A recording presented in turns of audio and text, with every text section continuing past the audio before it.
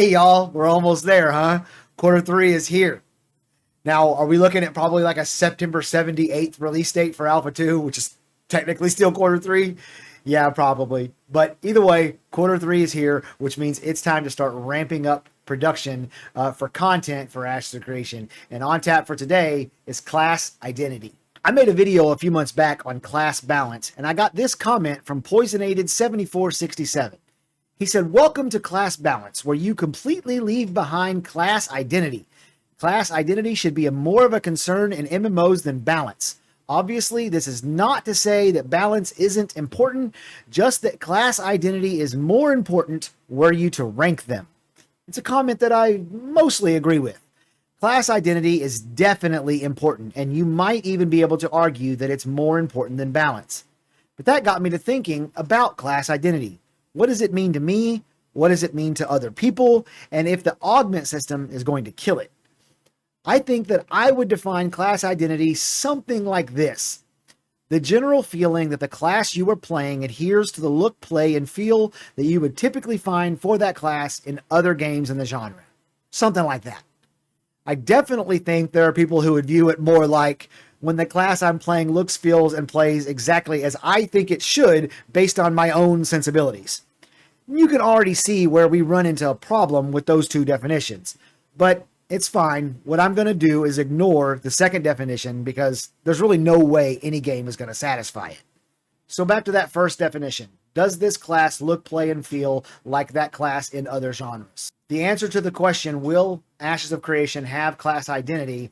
I would answer something like, it will definitely have archetype identity, and will probably even have class identity if you only factor in skills and abilities. But there is one area where that's all going to go astray, and we'll get to that in a little bit. But let's start with archetype identity, and let's start with the tank standard ability, Grapple.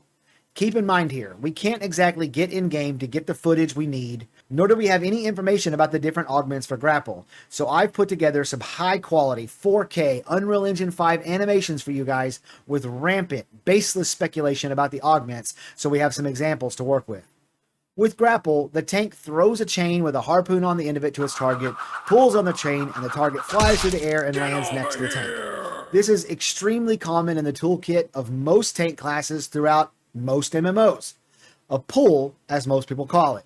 Much of the tank's kit that we already know about consists of abilities that you'd find in tank toolkits of virtually any other MMO.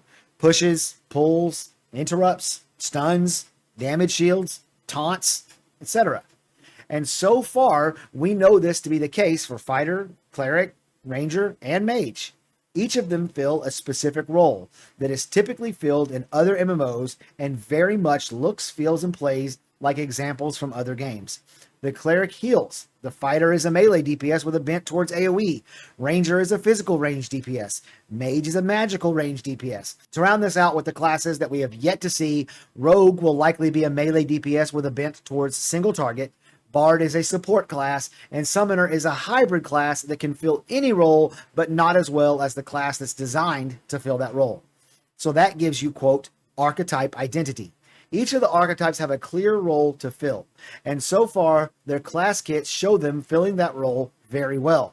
But what happens when you start adding a secondary archetype and assigning augments to the abilities in those class kits? Let's say you double down on tank. You choose it as your secondary archetype, making yourself a guardian. Your Grapple now throws out up to 5 chains and grabs your target as well as 4 other targets within a certain distance of him and pulls them over to you.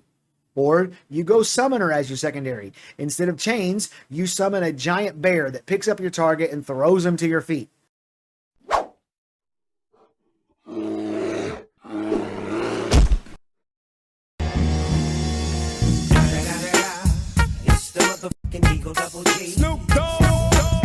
Or even Bard secondary. Now you do the standard Grapple, but upon your target's arrival, you whip out a lute and play a little jam, and that stuns them for 2 seconds. The key thing here is that no matter which augment you pick, the target that was all the way over there ends up right next to you. The method of travel might change, or the status of the target on his arrival might change, but the end result is the same. It's still a pull. You could do the same thing for the Cleric. You could take a typical small heal that you would find any cleric doing in any game and combine it with a summoner augment, causing the ability to do immediate healing, and then spawn a magic sword that swirls around you and retaliates against any melee attacker.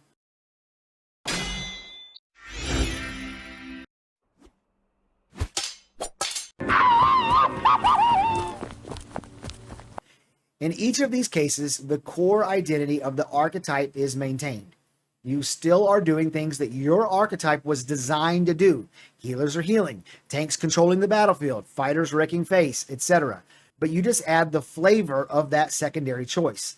And this is what I meant when I said the game will absolutely have archetype identity and will most likely have class identity in terms of skills and abilities. But I did say there was an area where it could all go wrong. Gear. Ashes is a game where any class can wear any armor and use any weapon. I know that I personally very much lost the feeling of being a tank in Elder Scrolls Online when the meta was to run an ice staff as your secondary weapon.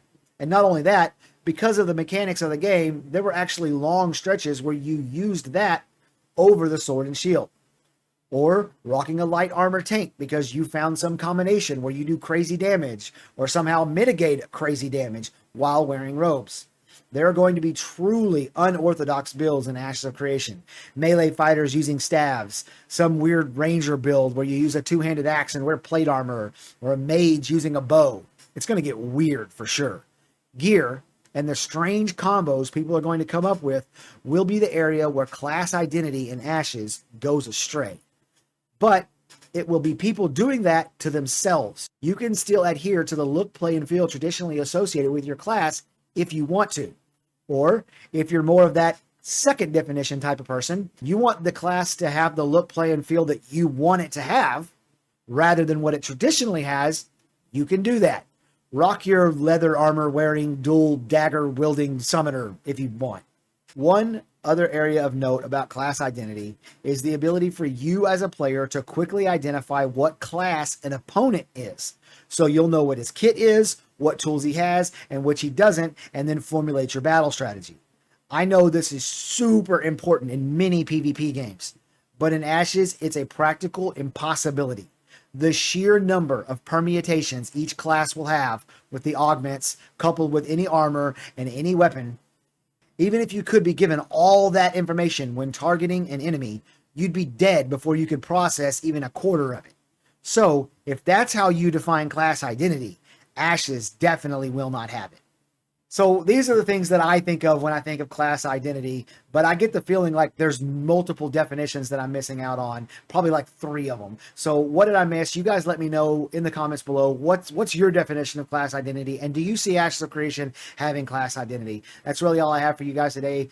Hit the like button, and I'll see you guys in the next one.